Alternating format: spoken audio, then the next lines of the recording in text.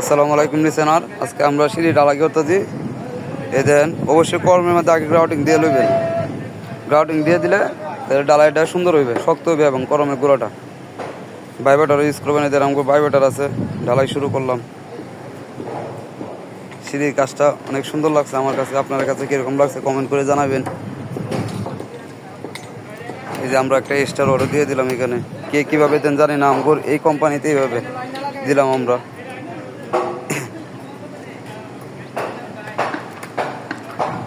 ভিডিওটা ভালো লাগলে অবশ্যই শেয়ার করে দিবেন।